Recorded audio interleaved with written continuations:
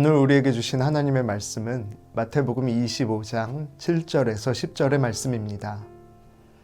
이에 그 처녀들이 다 일어나 등을 준비할새 미련한 자들이 슬기 있는 자들에게 이르되 우리 등불이 꺼져가니 너희 기름을 좀 나눠달라 하거늘 슬기 있는 자들이 대답하여 이르되 우리와 너희가 쓰기에 다 부족할까 하노니 차라리 파는 자들에게 가서 너희 쓸 것을 사라 하니 그들이 사러 간 사이에 신랑이 오므로 준비하였던 자들은 함께 혼인잔치에 들어가고 문은 닫힌지라.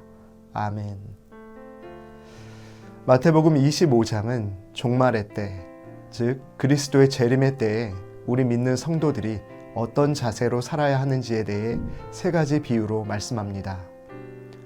오늘 본문은 바로 그 세 가지 비유의 첫 번째인 열처녀 비유의 내용을 기록하고 있습니다. 오늘 우리는 이 열처녀의 비유에 대한 말씀을 통해 주님의 다시 오심을 기다리는 마지막 때, 성도로서의 우리의 자세를 함께 생각하며 고민해 보기를 원합니다. 먼저 첫 번째로 우리는 신랑이 오실 때 외형적인 등만이 아닌 성령의 기름을 준비하는 신부여야 합니다. 예수님은 오늘 본문에서 여러 가지의 비유의 말씀을 하셨습니다. 신랑은 자신, 즉 다시 오실 그리스도를 상징하고 신랑을 맞이하는 열처녀는 우리 성도들을 상징한다고 말입니다.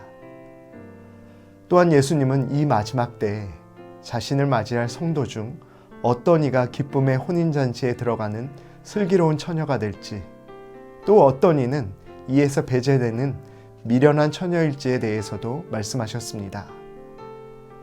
예수님은 미련한 처녀는 등만 가지고 있을 뿐 기름을 준비하지 않은 자이고 슬기로운 처녀는 등과 함께 기름을 준비한 자라 하셨습니다. 등은 무엇일까요? 그것은 우리 성도들의 외형적인 신앙의 모습입니다. 반면에 기름은 내면적인 신앙의 모습이라 말할 수 있습니다. 교회 안에서 예배를 함께 드리고 봉사를 하고 때로 사회에서 선행도 하며 외형적으로는 혼인잔치에 들어갈 충분한 이유와 조건을 갖추었다 생각하는 사람들이 우리 중엔 참 많이 있을 것입니다. 하지만 예수님은 이런 외형적인 등을 아무리 잘 들고 있다 하더라도 등을 밝힐 기름, 즉 성령의 임재와 충만함이 우리 안에 없다면 결코 구원의 혼인잔치에 참여할 수 없다, 그렇게 말씀하십니다.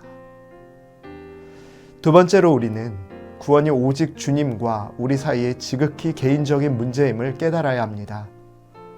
성령의 임재와 충만하심은 다른 어떤 이도 아닌 오직 주님과 우리 사이에서만 알 수 있는 영적으로 지극히 사적인 영역이라 할 수 있습니다. 즉 구원에 이를 내적인 신앙의 기름, 이는 누구도 대신 채워줄 수가 없다는 것입니다.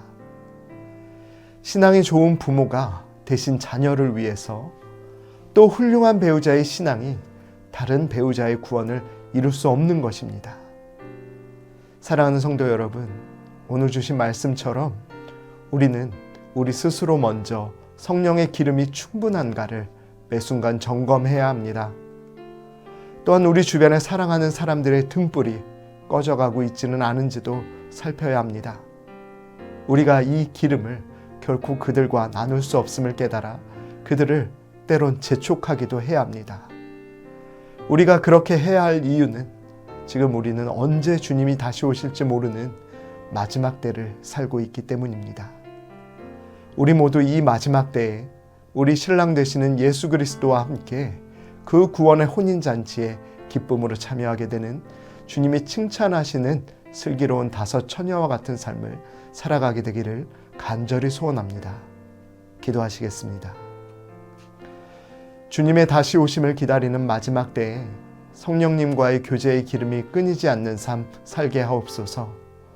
그 구원의 잔치에 기쁨으로 참여할 수 있는 슬기로운 다섯 처녀와 같은 믿음으로 주어진 날들을 지혜롭게 살게 하옵소서. 예수님의 이름으로 기도합니다. 아멘.